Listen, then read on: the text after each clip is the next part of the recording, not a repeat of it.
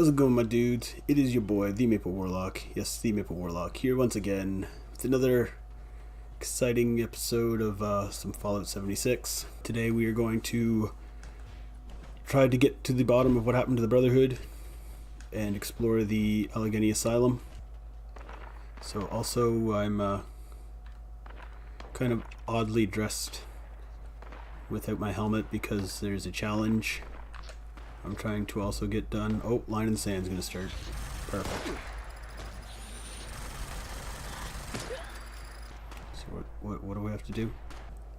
Repair the sonic generator.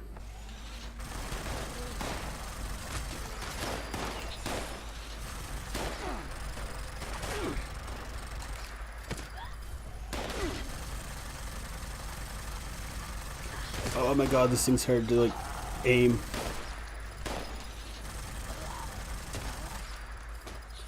Also, I have no perks on for it. I'm just using it because I felt like it.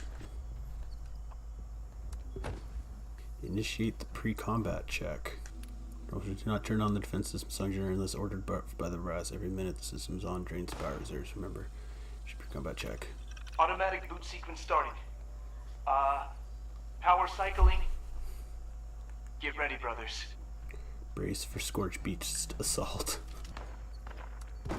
Usually when other people are here doing this, it always annoys me because when that thing fires, it usually hits my camp. Because I say, can you see my camp from here? It's just up there in the woods.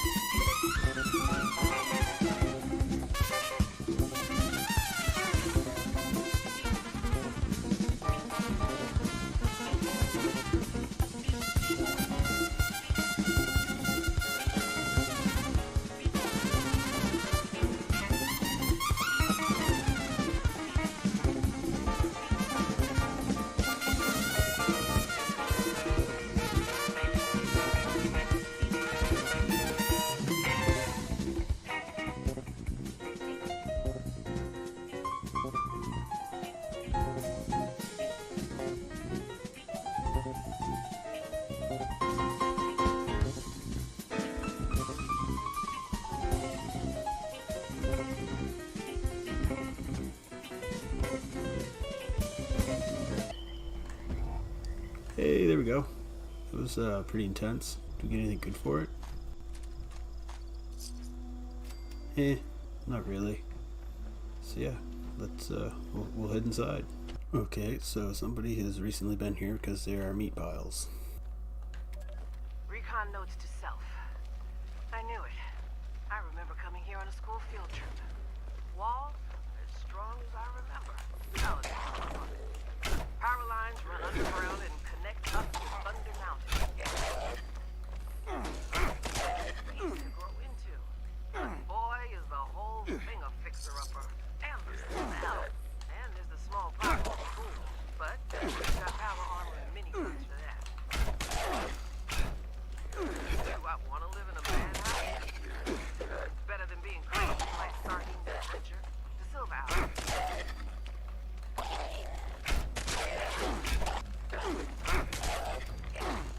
Holy crap. Could there be more ghouls right now?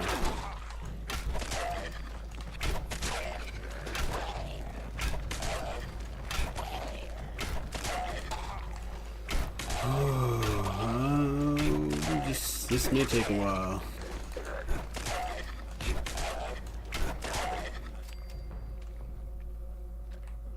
There. Now there might be a meat pile or two. Storage room key, eh? And I didn't hear half of what she said in that tape just now, but I'm sure it wasn't important. Hospital incident report. Resident psychiatrist, Dr. Kessel. One of the junior nurses has suffered a nervous breakdown. His assignments included patient 5A3, whose afflictions manifest in habitual self-harm. Patient 5A4, who, violent, does aggressively grab and paw at whoever is trying to administer care.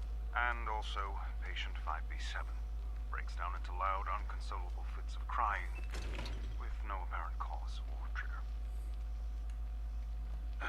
That, and the constant attention and sanitary cleanup required throughout the day for all of his charges, was too much for the young nurse. We found him standing outside the door to one of the patient's rooms carrying a tray of food, but not moving anywhere. One of the other nurses noticed he'd been standing in place for over an hour. When he finally responded to our attempts to get his attention, he seemed surprised. Time had passed. During our exit interview, he broke into tears. He wanted to know if something was wrong with him, if he would end up here as a patient. I explained that nervous exhaustion was a common ailment, especially for hospital workers. Maybe after some months of rest, he could reapply for his job. That didn't seem to console him. Given the amount of slappy feet I can hear, it sounds like there's still a whole lot of ghouls in here somewhere. Well, that's not a good sign. So despite hearing so many slapping ghoul feet, this end of the hospital seems to be pretty empty. Fashneck man mask and a straitjacket. And somebody that really liked Halloween. Our group was attacked by desperate folks who weren't interested in trading with or joining our collective. Such senseless violence. They killed Bertha even though I showed them that she was a milk cow, and all the egg-laying chickens too. Half the remaining group left for Monongah, saying that they couldn't continue to carry the survivors from Watoga. They warned us not to follow. Those of us who are left are abandoning Allegheny tomorrow. The people who attacked us will just be back for more eventually. I think they're from that little town north of Watoga, where I bought preserves and antiques. So we're going to try to find survivors up north near Harper's Ferry. It's a long walk, but hopefully we can find other good people, or just avoid the bad ones. So there was a group of survivors holed up in the asylum, but they must have left before the Brotherhood showed up, because it doesn't sound like the Brotherhood. I wouldn't think the Brotherhood would be the types to kill a milk cow, just because. And if they came from up north of Watoga, that's probably the abandoned bog town.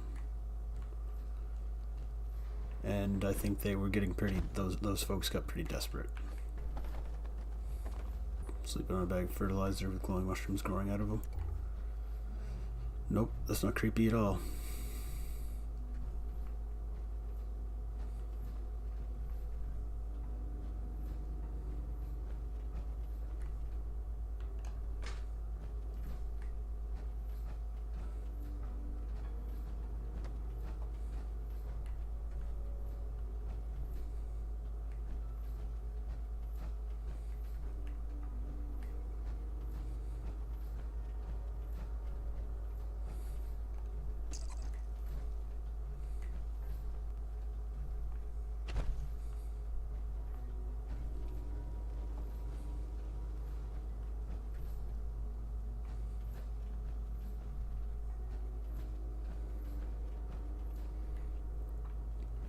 So I found a way to drop down. So now I'm in that section of the lower floor I couldn't get to.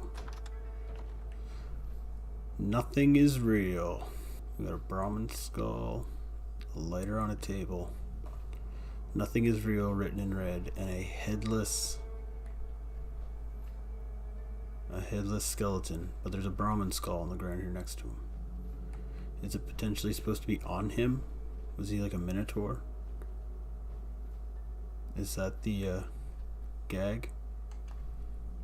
I can't remember the story of the minotaur enough, but the lighter and the cigarette on the table, and yeah, I'm sure there's more meaning here than I'm aware of right now. Another headless body. What's with why do none of the skeletons have heads? Is it again just me is it weird that that is what bothers me most? Is the skeletons are all missing their head. Look, this one too. All the skeletons are missing their heads. Are we potentially... Oh wait, no, it's right here. Okay, his wasn't that far away.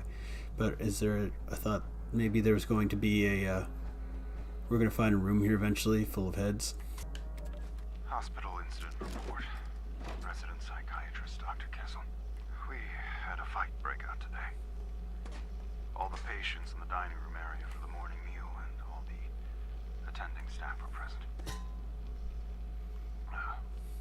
Patient 3E2 has never had any problems with violence, but can be verbally abusive to whoever happens to be in the area.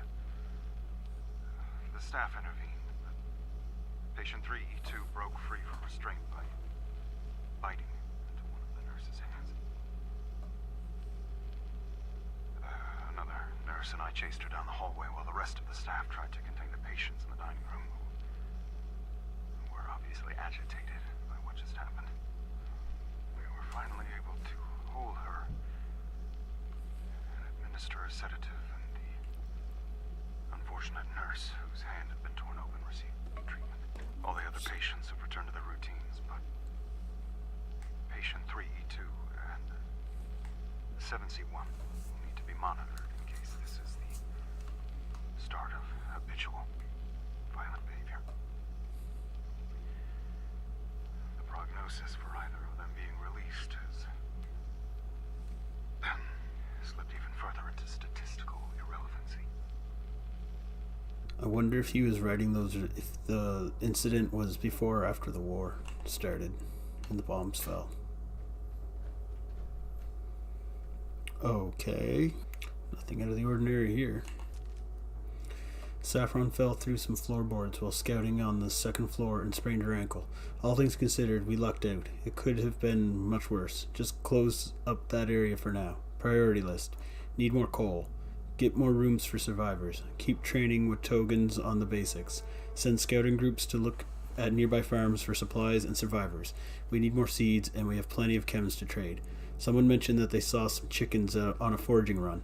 They'd go great with Bertha in the barn. Milk, eggs, and grain would go a long way to sustain us. Sometimes these folks remind me of my students on the bad day. Cliques are threatening to split the group, and we need to stop all the little personal insults and jibes if we're going to have a chance of revitalizing this place enough to really make a life here. I'm hopeful despite it all. Without hope, what would be the point of carrying on? It's hard to believe that I was going to be taking my students here on a field trip before everything went nuts. I'm so very thankful that I read up on this place and was able to make it here along with other refugees. Watoga is lost. We can't go back while the robots are running amok. The little bog towns and farms in the countryside wouldn't be able to sustain us the way this place can. Allegheny Asylum has everything that we need in order to really make a go of it. But there is so much work ahead of us. Priority list. Find a working terminal or repair a broken one. Water treatment facility is having problems and may need to get another thorough cleaning. Keep the coal coming. It's going to be winter really soon. Get each survivor a room with a bed, coal burner, and adequate shelter. Organize volunteers to teach some of my fellow Watogans how to cook and etc. Find where the darn roaches are coming from and seal it off. Organize scouting groups for different kinds of supplies, especially seeds. Get the kids sorting scrap. Try to catch that weird looking cow if it comes back. This place has a dairy, so let's use it. Other things we really need to work on is just getting along with each other.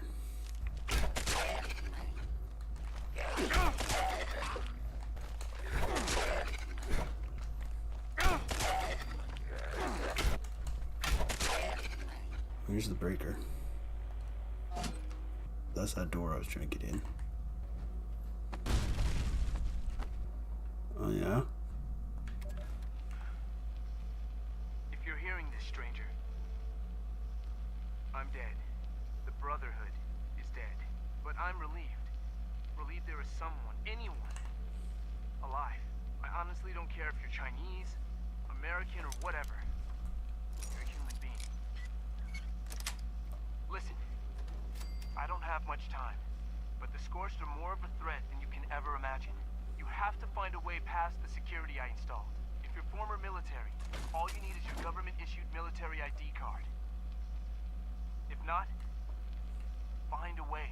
I know, some ghost probably isn't very persuasive, but look past your own skin and consider there's so much at stake. We did. And that's why I'm going out to die. Ad Victorium. Scribe Grant signing out. So that must be what you then have to go to Camp Adderpader in the forest. Here, Camp McClintock. Because you can do your military certification exams. So I've already got mine. Because I did that long time ago and didn't realize it had somebody kind of mentioned to me that you had to do it was part of the story, but I didn't know why. I just happened to stumble upon it. So yeah, it sounds like some blood flies or something in here.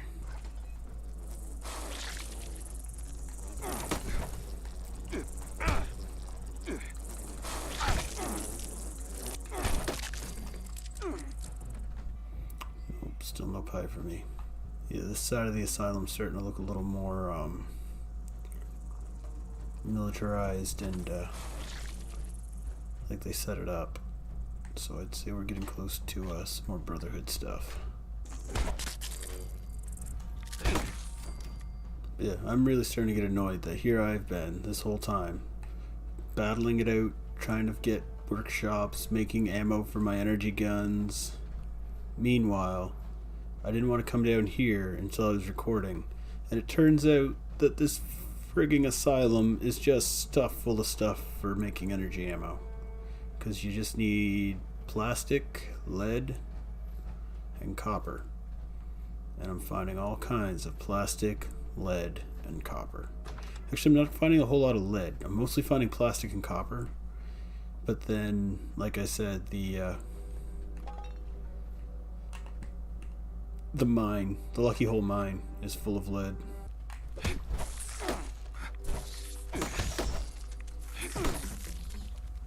This asylum is so big. Oh my god, this place is too big. Congratulations, Appalachia. Yeah, I thought that sounded like that same one I heard from Maxim before. No more satellites. It's been so long since communication fell with Elder Maxon and Lost Hills. Paladin Taggarty's amazing, she truly is, but I miss the Elder. I remember sitting in Camp Venture, and he had a vision of some way through this hell on Earth, something approaching what we lost. I can't imagine a better general than Paladin Taggarty, but what I'd give to sit down and listen one more time to the old man tell us of what could be. June 4th, Belmont went AWOL for days and came back pleased as a peacock. After Esposito chewed him out, he filed out, grabbed his gear, and walked straight through the security door. Everyone was shitting bricks. The Paladin herself interrogated him for hours, but now Belmont's bunked up with the Thunder, and the rest of us scrubs are parked on our ass out here. June 8th. So I cornered Belmont and asked how the hell he breached security. Only military personnel can get through that, and he was some sort of mechanic, pre-war. Only thing he'd tell me is Camp McClintock. What the hell? He's such an ass. Okay, yeah, this is then pointing out, yeah, because I can't actually take that note, it's got to stay there. To point out to the next person that comes that you got to go to Camp McClintock to do your military Exam. Operation Watoga. Mission status aborted. The cost is just too high. Once we have the Scorched Beasts under control, we can again consider additional forays into Watoga. Oh, we've got Overseer's Log, Allegheny. Overseer's Log, Allegheny.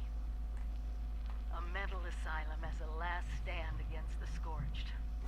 Brave, crazy, and crazy brave. The Army way. At least I'm pretty sure the Brotherhood had former U.S. Army members, judging by the security systems. If only they had survived. What I wouldn't give to have a few of America's finest watching my back right now. As it is, I'll have to find out how they were planning to combat the Scorched on my own. Once I can figure out a way through these doors. Personnel, please scan valid U.S. military ID to register for Brotherhood of Steel. Mid comment: the security system is straight up military hardware. If you weren't a grunt before, there's no getting in. When Secretary Grant isn't knee-deep in vital Brotherhood tasks, he will make it so civvies can be registered too. Stop bellyaching. Fort Defiance staff list. Hack together the MilSec to secure facility alpha work at best. Admin Grant. Fix the klaxon glitch. So many hacks. The system sucks. Make it so anyone can register. Current user. Current user is right. Going up the damn stairs every day is shitty. Evelyn. Log files are for the programmer. Me only. Please, Grant. The rest of the asylum is falling apart. Someone is going to get hurt. Emergency patch to prevent log file edits. Oh wait, load ID. Load hello tape. Is there like a certain one? The Christmas Flood Scorched Slayers. Actually, if memory serves, I believe I had to go to Charleston and go to the DMV so they could print my military ID after I finished McClintock, and I never did it. So I don't actually think I can. I do have the right. I probably don't have the right thing. So yeah, this video may have a less than stellar ending here in a minute. If I can't figure out how to scan my ID. 08:48:95. Generators out of fuel with all the Scorched Beasts. Not sure how long the boys at Thunder Mountain can hold out. If the AAAs go down, we're all dead. For anyone that reads this, know I tried my best. We all did. The Brotherhood of Steel held the line as long as we possibly could, but the Scorched Beasts keep on coming. I'm running out of time, so please listen. If the Scorched Beasts are still a threat, you need to get to the top floor. The security doors are top of the line military security. Find a way past them. Do what we failed to do. Stop the Scorched Beasts. Power's flickering. Have to go. In the end, I get it. Ad Victoriam. Scribe Grant. Oh. Well, there you go, and I was supposed to have just read that the whole time. Quest started. Forbidden knowledge. Brotherhood of Steel secured advanced technology. I can continue their work. Put the technical data in a Brotherhood cache. Take elevator to the top floor. Let's see, maybe now that I read that note and advanced it, it'll just let me. My ID or whatever will work, and I won't have to go back to Charleston. Only registered Brotherhood of Steel personnel allowed past this point. Okay. Now tell me what to do. Search for clues to bypass security. Oh my god, I know. I gotta go and get my thing, but I did that already. Yeah, it says get a government issued ID. Okay. It's gonna send me back to Charleston, isn't it? Yep. I guess that's gonna, I'll say that's gonna be the video for today, guys. I'll just say, take her easy, guys. It's been a pleasure as always. Like and subscribe. Yada yada. Cheers. Quick shout out to Texas Weeds for supporting me on Patreon. The support is ultra appreciated, and teamwork makes the dream work, my dude.